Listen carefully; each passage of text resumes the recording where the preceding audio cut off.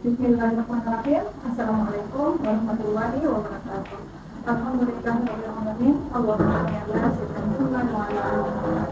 Perkenalkan, nama saya Nisa SMKes, salah satu dosen tetap pada Prodi Keperawatan Melalui Universitas Indonesia. Kesempatan saya pada kesempatan ini memaparkan tentang salah satu mata kuliah yang saya ambil, yaitu mata kuliah keperawatan maternitas. Proses pengeteran ini merupakan salah satu tridharma perguruan tinggi yang saya laksanakan sehari-hari sebagai wujud dedikasi saya sebagai seorang dosen disertai dengan penelitian dan pengabdian kepada masyarakat yang tentu saja tidak dapat saya abaikan sebagai seorang dosen. Dalam proses pengajaran, saya menerapkan sistem DIY, yaitu Delivery, Interaction, dan Assessment.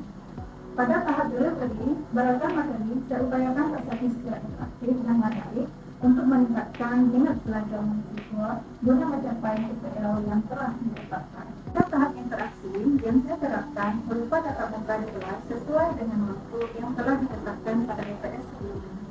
Sedangkan pada proses asesmen, proses pembagian tugas memegang peranan yang penting untuk mengukur capaian hasil belajar mahasiswa dan membantu mahasiswa memahami kelebihan dan kekurangan masing-masing. Asesmen dapat dilakukan dengan pembagian tugas terstruktur yang telah direncanakan sebelumnya, dapat berbentuk tulis, soal kasus, maupun membahas jurnal-jurnal terbaru yang berkaitan dengan topik yang sedang dibahas. Dalam hal ini, saya juga menyajikan jurnal penelitian saya sendiri yang berkaitan dengan topik yang sedang diajarkan. Mengenai mata kuliah yang akan saya peragakan proses pengajarannya, izinkan saya memaparkan sedikit tentang mata kuliah yang akan saya praktikkan setelah ini. Mata kuliah keperawatan maternitas merupakan mata kuliah wajib prodi yang pendekatannya berada pada tingkat 2 keperawatan semester 4 dengan bobot 3 SKS terdiri dari 1 teori dan 2 SKS praktikum. Adapun CPL yang akan dicapai setelah dirumuskan sebelumnya adalah lulusan mampu memberikan asuhan keperawatan pada individu, keluarga, dan kelompok dalam kondisi biasa dan dalam kondisi keperawatan berat dengan memperhatikan aspek bio, psikososiokultural, dan spiritual yang menjamin keselamatan pasien sesuai standar profesi keperawatan. CPL selanjutnya merumuskan bahwa lulusan yang menerapkan konsep, prinsip, dan teknik komunikasi terapeutik dalam pelaksanaan asuhan keperawatan secara komprehensif sesuai dengan kode etik keperawatan. Kemudian, lulusan mampu melakukan pendidikan kesehatan dalam asuhan keperawatan kepada individu, keluarga, dan kelompok sesuai kode etik dan standar profesi keperawatan yang berlaku. Dari CPL-CPL tersebut, kemudian diturunkan menjadi beberapa CPMK, yaitu mahasiswa mampu memahami konsep keperawatan maternitas, perspektif keperawatan maternitas, dan isu tren keperawatan maternitas. Dari beberapa sub CPMK tersebut, kemudian dibagi menjadi 16 kali pertemuan, termasuk ujian tengah semester dan ujian akhir semester. Kemudian, dalam proses pengajaran, saya selalu menggunakan literatur terbaru, inovatif, jurnal-jurnal terbaru, dan media pembelajaran yang menarik, sehingga meningkatkan minat belajar mahasiswa. Hal ini tentunya dapat menghindari kebosanan dari proses yang monoton, sehingga diharapkan mampu mencapai TPL yang telah ditetapkan. Demikian proses delivery yang dilaksanakan dalam proses pengajaran. Pada tahap interaction, saya menggunakan sistem STL, yaitu Student Centered Learning, yang tentunya proses pembelajaran berfokus pada mahasiswa yang menempatkan mahasiswa sebagai subjek utama pelaku aktif selama pembelajaran, di mana pada sistem STL, dosen berperan sebagai fasilitator, motivator, dan pendidik. Sistem STL ini sangat mendukung partisipasi aktif mahasiswa, kemandirian tinggi, menekankan kerjasama kelompok, dan sangat tepat untuk dapat belajar secara konseptual. Selanjutnya, pada proses asesmen yang saya lakukan berupa penilaian bersifat objektif sesuai dengan paparan dan kesepakatan yang telah dilakukan di awal perkuliahan pada saat kontrak. Penilaian dilakukan secara transparan dan objektif sesuai kemampuan mahasiswa, sehingga dapat membantu memantau kemampuan mahasiswa, mendeteksi kebutuhan belajar, dan juga membantu dosen dalam hal ini untuk merancang strategi pembelajaran yang lebih baik. Untuk ketercapaian hasil pembelajaran yang maksimal. Demikian pemaparan tadi, interaction dan assessment yang akan dilakukan pada proses pembelajaran. Selanjutnya, saya akan memperagakan proses pembelajaran mata kuliah keperawatan maternitas secara luring dengan topik asuhan keperawatan pada pasien dengan hiperemesis gravitas. Selamat mengikuti. Bismillahirrahmanirrahim. Assalamualaikum warahmatullahi wabarakatuh. Waalaikumsalam warahmatullahi wabarakatuh. Alhamdulillah, kita berjumpa lagi dalam pertemuan di materi pembelajaran maternitas ya. Jadi ini adalah pertemuan yang ketiga. Alhamdulillah, Allah masih menyempatkan kita dalam keadaan sehat walafiat. Jadi supaya pertemuan kita pada hari ini terberkati, mendapatkan berkat rahmat Allah Subhanahu wa taala. Mari kita sama-sama berdoa dalam zikir, berdoa dimulai.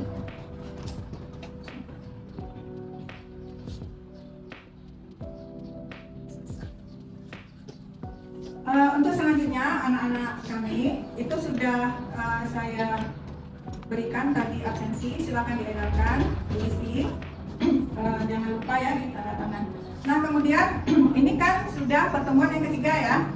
Jadi pertemuan yang lalu kita sudah membahas tentang menegakkan sebuah asuhan keperawatan secara umum. Artinya belum ada contoh kasus, kita masih membahas secara umum.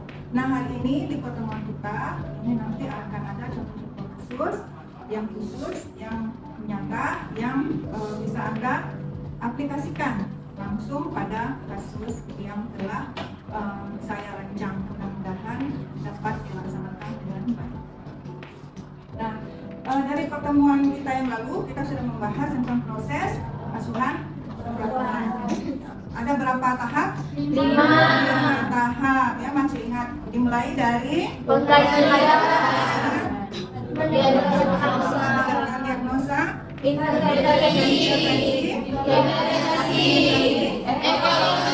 mantap ya, masih ingat ya. Ini kayaknya nutrisinya 4 sehat 5 sempurna semua ya. Nah, mudah-mudahan begitu terus tetap belajar walaupun kita sudah pertemuan yang sekarang masih terus dipelajari dan diingat menjadi materi yang ya. Kemudian pada topik kita pada hari ini yaitu tentang hiperemesis gravidarum. Jadi tujuan kita mempelajari asuhan keperawatan pada ibu dengan hiperemesis gravidarum ini adalah Anda diharapkan mampu untuk membuat asuhan keperawatan yang komprehensif ya, yang akan dilaksanakan baik di pelayanan kesehatan maupun dalam masyarakat ya. Dan jadi jangan dilupakan proses dari ataupun tahap dari asuhan keperawatan ini. Karena yang Anda laksanakan asuhan keperawatan ini tidak hanya pada saat Anda sedang ditempa menjadi seorang mahasiswa. Setelah lulus dari sini, kompetensi yang diharapkan juga Anda akan terus melaksanakan pada saat memberikan pelayanan baik di rumah sakit, puskesmas maupun di komunitas. Tetap itu dilaksanakan. Seumur hidup Anda jadi perawat, itulah tugas Anda. Ya, membuat asuhan keperawatan ya. Nah, kemudian dari pertemuan kita yang lalu, apakah masih ada yang kurang jelas? Jelas ya, tapi kita belum aplikasikan ke bentuk soal kan? Kasus ya. Nah, kemudian ini kita lanjutkan dari pertemuan yang lalu. Hari ini kita akan membahas tentang hiperemesis gravidarum ya. Nah, hiperemesis gravidarum diawali dengan adanya kehamilan. Pernah dengar hiperemesis gravidarum? Pernah ya? Ada lihat ya ibu hamil mual muntah ya? Ada. Kalian pernah mual muntah? Pernah. Tapi tidak disebut hiperemesis gravidarum. Kenapa? Karena tidak kondisi hamil. Apalagi yang laki-laki mual muntah ya. Mual muntah pada laki-laki bukan hiperemesis gravidarum, itu mungkin masuk hamil. Ya. Jadi anak-anak kami ini diperhatikan kalau sudah judulnya hiperemesis gravidarum berarti dalam kondisi hamil. Ya, jelas ya? Jelas. Nah, hiperemesis gravidarum adalah mual muntah yang berlebihan pada wanita hamil sampai mengganggu pekerjaan. Sampai dia nggak bisa bangun, tidak bisa beraktivitas, bahkan aktivitas yang ringan sekalipun dia tidak bisa. Maka itu dikategorikan sebagai hiperemesis gravidarum. Kalau hanya mual muntah biasa atau yang disebut dengan morning sickness, kemudian sebentar hilang, dia bisa beraktivitas kembali, itu dan tidak mengganggu aktivitas sehari-hari, itu tidak disebut dengan hiperemesis Gravidarum. ya. Jadi yang kita khawatirkan dalam kondisi hiperemesis gravidarum ini apa? Bahwa kondisi ini bisa membawa kondisi dehidrasi pada si ibu.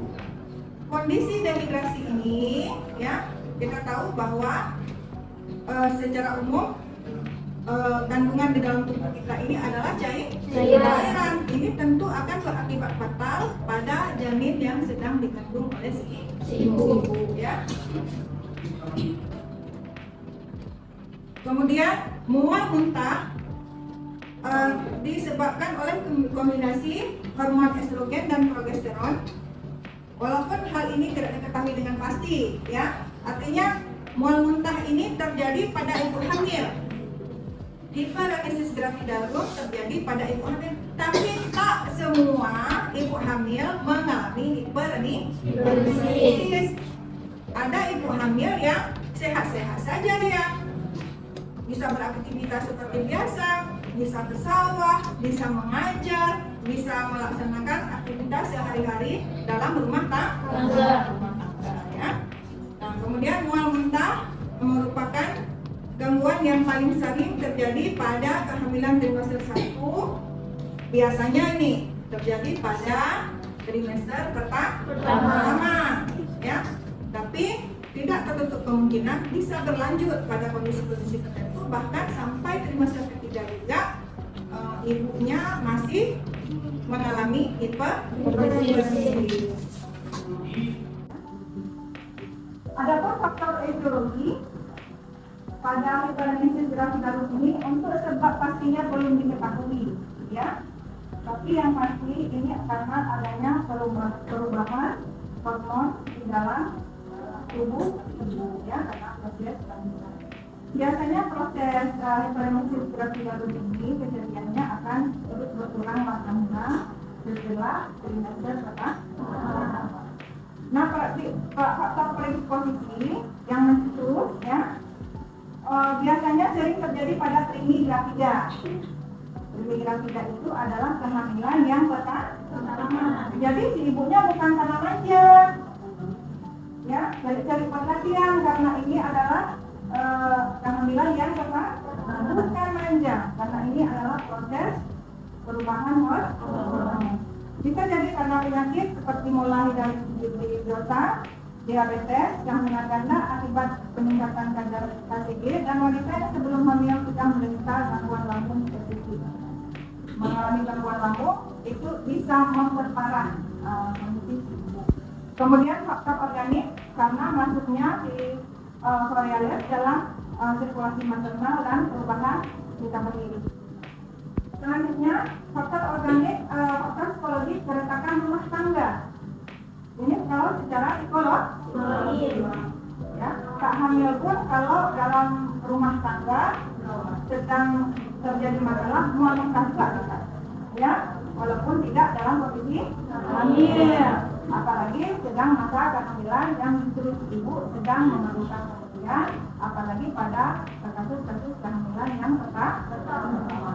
Ada tingkat hiperemesis pada gravidarum. Nah, ya, pada tingkat pertama ataupun ringan itu ada mual muntah, nafsu makan berkurang, artinya dalam mual dan muntahnya dia masih bisa makan kalau sedikit ya, tapi hanya nafsu makannya berkurang ya. Jadi untuk kondisi ini perlu diperhatikan asupan nutrisi si ibu supaya asupan nutrisi untuk ibu dan bayinya tercukupi. Kemudian rasa nyeri di residu sulfur kulit kurang ataupun jelek dan tidak sering. Ini adalah kurang yang diurus kepada kadar maka dehidrasi. Ada yang ingin ditanyakan sejauh ini? Dengan lemah, kemudian apatis sudah penurunan kesadaran. Kemudian sulfur kulit mulai jelek, kemudian nadi kecil dan cepat. Suhu badan naik, dehidrasi. Ini tanda-tanda bahwa pencairan turun di dalam tubuh. Nah, kemudian jika keseringan, maka risiko tensi kurang memokonsentrasi, poliuri dan konflik konsentrasi. Kadar umumnya jelek. Ya. Kemudian kesadaran sangat menurun. Ya. Kemudian bisa sampai somnolen, bahkan sampai koma. Nah, ini kenapa? Karena dipicu oleh kondisi dehidrasi. Kemudian suhu badan naik itu sudah pasti juga, karena fungsi cairan adalah sebagai penyeimbang suhu tubuh, ya. Kemudian tensi turun sekali. Nah, ini juga menggambarkan keadaan dehidrasi pasien dan histerus, ya. Risiko ketidakseimbangan elektrolit, defisit nutrisi, dan risiko terlibat efektifan coping. Nah, untuk ini boleh dicatat karena nanti kita akan justifikasi ke soal kasus.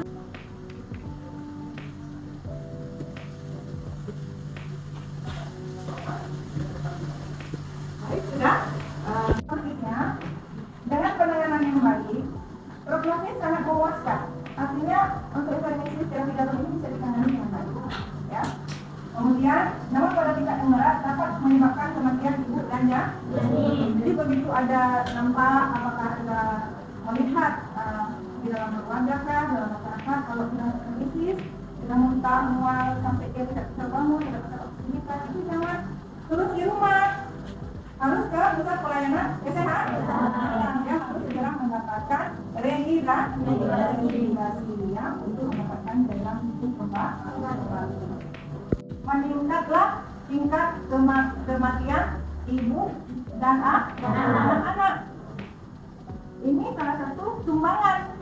Seharusnya kematian ibu dan anak jadi walaupun tidak semua mengalami hipertensi, tapi kalau terjadi dan tidak ditangani dengan baik akan berakibat adalah mengobati mual dan muntah agar tidak terjadi hipertensi jarum. Caranya terapi nutrisi, makan sedikit tapi sering agar perut tidak terlalu penuh. Makanan yang kering, jangan basah-basah. Seperti contoh, ya, bubur. Itu kan teksturnya lembek, ya. Ya, bagi sebagian orang kalau makannya seperti itu malah merangsang mual, ya. Berikanlah makanan-makanan yang seperti sedikit tapi sering, yang tidak merangsang seperti kulit, ya. Ya, makanan-makanan sedikit. Jangan sekali makan satu bungkus, tapi dicicil sedikit, minum juga sedikit. Setelah muntah minum, walaupun sedikit. Ini akan membantu rehidrasi. Kemudian hindari makanan yang dapat membuat Anda merasa sakit, seperti makanan gorengan, berlemak atau berbumbu, ya. Jadi jenis-jenis makanan yang merangsang, ada bumbu-bumbunya, ya. Enak, waktu dimakan enak, kemudian proses dalam tubuh setelah dimakan membuat tubuh menjadi tidak nyaman. Ini juga akan memperparah. Kemudian hindari minum teh atau kopi berlebihan, ya. Kemudian hindari memakai pakaian ketat, konsultasi ke dokter kandungan jika muntah berat. Intinya senyamannya ibu hamil, ya, jangan dipaksa. Nah, kemudian penata laksanaan pengobatan yang baik pada mual dan muntah sehingga dapat mencegah hipertensi dalam keadaan muntah berlebihan dan dehidrasi ringan. Penderita hipertensi darum sebaiknya dirawat untuk mencegah hipertensi darum. Jadi dari mual, muntah, ya, kita lihat belum parah sekali, terus dirawat. Fungsi utama, tujuan utama dirawat adalah supaya dia mendapatkan rehabilitasi. Nah, kemudian melakukan isolasi. Kalau si ibunya mau lebih bagus isolasi. Supaya apa? Supaya ibunya bisa istirahat dengan cukup. Ya. Kemudian terapi psikologis ini perlu dilihat dulu masalahnya. Tadi kan di slide sebelumnya kita sudah lihat bahwa faktor ada masalah dalam rumah tangga, ada masalah-masalah yang lain, ini tentu akan mengakibatkan gangguan psikologi. Terapi lebih mudah didapatkan kalau si ibunya dibawa ke fasilitas pelayanan kesehatan. Diberikan juga obat-obat. Bisa juga sampai penghentian kehamilan kalau prognosis ibu sudah sangat buruk, ya. Tapi tentu ini dengan pertimbangan yang sangat detail, ya. Kemudian dia ini bukan nggak makan, tapi diatur makan dan minum. Pada pertemuan yang lalu kita sudah belajar bagaimana membuat sebuah asuhan keperawatan yang baik dan benar, ya. Sudah saya contohkan. Nah, hari ini kita aplikasikan ke soal kasus. Silakan dibaca kasus yang ada di Nyonya A dengan G1 P0 A0, artinya G1 grafida 1, berarti kehamilan yang pertama. C pasus, artinya melahirkan 0, berarti ibunya Nyonya A sekarang dalam kondisi hamil anak pertama, belum pernah melahirkan. A0, abortus 0, tidak pernah mengalami abortus atau pengguguran. Dengan usia kehamilan 6 minggu, masuk perawatan dengan keluhan muntah terus-menerus, mual, lemah, dan haus. Namun, setiap berusaha minum selalu muntah kembali. Ya, data frekuensinya meningkat dan seraba lemah. Tekanan darah menurun, kurva fluid menurun, membran mukosa kering, volume urin menurun, dan hasil pemeriksaan laboratorium hematokritnya meningkat. Nah, setelah dilihat untuk kasus ini, tentukan masalah dan intervensi keperawatan dari kasus tersebut tentunya berdasarkan standar diagnosa keperawatan Indonesia, SBKI, kemudian SRKI, dan SIKI yang sudah kita belajar pada pertemuan yang lalu, ya. Oke, untuk kasus ini masalah keperawatannya apa? Ayo silakan ditentukan. Siapa yang sudah dapat? Oke, silakan ya. Jadi masalah keperawatan pada kasus 1 itu adalah hipovolemia. Dan intervensi utamanya itu manajemen hipovolemia, terdiri dari observasi, terapeutik, evaluasi, dan Anda menemukan masalah keperawatan yang lain. Ayo disampaikan. Jangan enak di dalam, nanti mual. Ya? Sepakat semua? Menurut Anda yang lain benar yang disampaikan oleh Saudari Naya? Benar. Yang lain dapat juga dengan hal yang sama? Oke, jadi masalah keperawatannya sudah benar. Yaitu ada defisit, defisit tersebut. Intervensi keperawatan tentu akan mengikut, ya. Intervensi yang perlu dilakukan. Oke, mungkin Saudari Naya lagi, ya, intervensinya. Yang pertama, ya. Oke, ya. Jadi benar, memang Anda luar biasa ya kakaknya, ya. Tidak sia-sia saya menghabiskan, kita bersama sudah menghabiskan waktu dan tenaga untuk membahas tentang asuhan keperawatan pada pertemuan yang lalu, ya. Kasus yang kedua yaitu Nyonya F dengan G3, P2, dan A0, berarti sudah sudah kehamilan berapa? 3 ya. Kehamilan ketiga patuhnya ya, patuhnya sudah 2 kali ya, jadi sudah melahirkan 2 kali. Abortusnya pernah abortus. Kemudian usia kehamilan 8 itu masuk perawatan dengan keluhan muntah terus menerus, mual, nafsu makan menurun, kadang-kadang kram abdomen dan merasa cepat kenyang walaupun makan sedikit ya.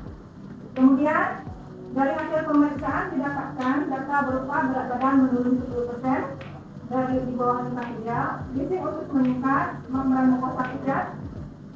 Nah, dari kasus di atas tentukan masalah dan intervensi keperawatan. Ya, silakan dibaca kembali muncul pada kasus tersebut. Dan siapa? Boleh tunjuk tangan? Siapa yang sudah dapat? Oke, silakan Saudara Sarul. Saya akan menjawab soal kasus 2 yang mana masalah dan intervensinya yaitu defisit nutrisi. Oke. Ya, defisit nutrisi. Yang lainnya juga dapat yang sama? Ya. Ada yang dapatkan masalah keperawatan yang lain selain defisit nutrisi? Tidak. Tidak ya. Karena apa? Di kasusnya membahas tentang maka data-data yang begitu semua mengarah kepada nutrisi. Ya. Kalau tadi di kasus yang pertama semua data mengarah kepada nutrisi. Jadi sudah tepat bahwa masalah keperawatannya adalah defisit nutrisi. Oke, selanjutnya diikuti dari intervensi apa? Oke, intervensi keperawatannya berupa apa? Silakan. Ada yang ingin ditanyakan? Jelas semua? Benar? Mantap. Ya. Jadi untuk memperdalam kemampuan Anda dalam menegakkan diagnosa, menentukan intervensi, implementasi dan evaluasi keperawatan, kita berikan satu lagi. Ini tidak dikerjakan sekarang. Ini silakan Anda kerjakan. Besok jam 10 pagi sudah dikumpulkan di meja. Untuk soal tugas ini akan saya kirimkan di grup kelas Anda. Nah, untuk tugas ini Anda kumpulkan kapan? Tidak ada. Apakah Anda rasa bahwa apa yang sudah kita laksanakan pada hari ini bermanfaatkah atau tidak? Ya, tak pun Anda hadapi pelayanan kesehatan nantinya, minimal bisa Anda terapkan di lingkungan keluar. Nanti Anda menikah dengan suami, punya anak, ya. Tapi kita bisa mengkaji, bisa tahu konsep yang tindak apapun yang terjadi masalah kesehatan. Minimal pada keluarga kita, ya, sejak umumnya pada keluarga kita bisa memberikan arahan supaya tidak menjadi sebuah kondisi yang buruk, ya. Baik, jadi sudah kita paparkan tadi mengenai keperawatan pada kami adalah rumah sakit. Jadi kita simpulkan bahwa tuberkulosis itu adalah kondisi mual muntah berlebihan. Ingat ya, berlebihan sampai fisiknya tidak bisa melakukan aktivitas sehari-hari secara normal. Kalau mual muntahnya ringan saja, dia masih bisa beraktivitas, ya, dan bersifat sebentar, tidak berkelanjutan, itu hanya mual muntah yang tidak bisa diberikan di dalam tuberkulosis tadi. Pertemuan selanjutnya, pada pertemuan selanjutnya kita masih akan berjumpa. Silakan mempersiapkan untuk belajar materi selanjutnya sudah tercantum di dalam RPS. Akan dibaca-baca untuk selanjutnya kita lebih siap dalam pembelajaran pertemuan yang akan demikian tentang pertemuan dengan ini. Dengan diri dahulu Allah SWT. Terima kasih atas perhatian. Assalamualaikum warahmatullahi wabarakatuh. Terima kasih telah menyaksikan proses pembelajaran mata kuliah keperawatan maternitas yang telah saya laksanakan. Mudah-mudahan bermanfaat. Demikian, Assalamualaikum warahmatullahi wabarakatuh.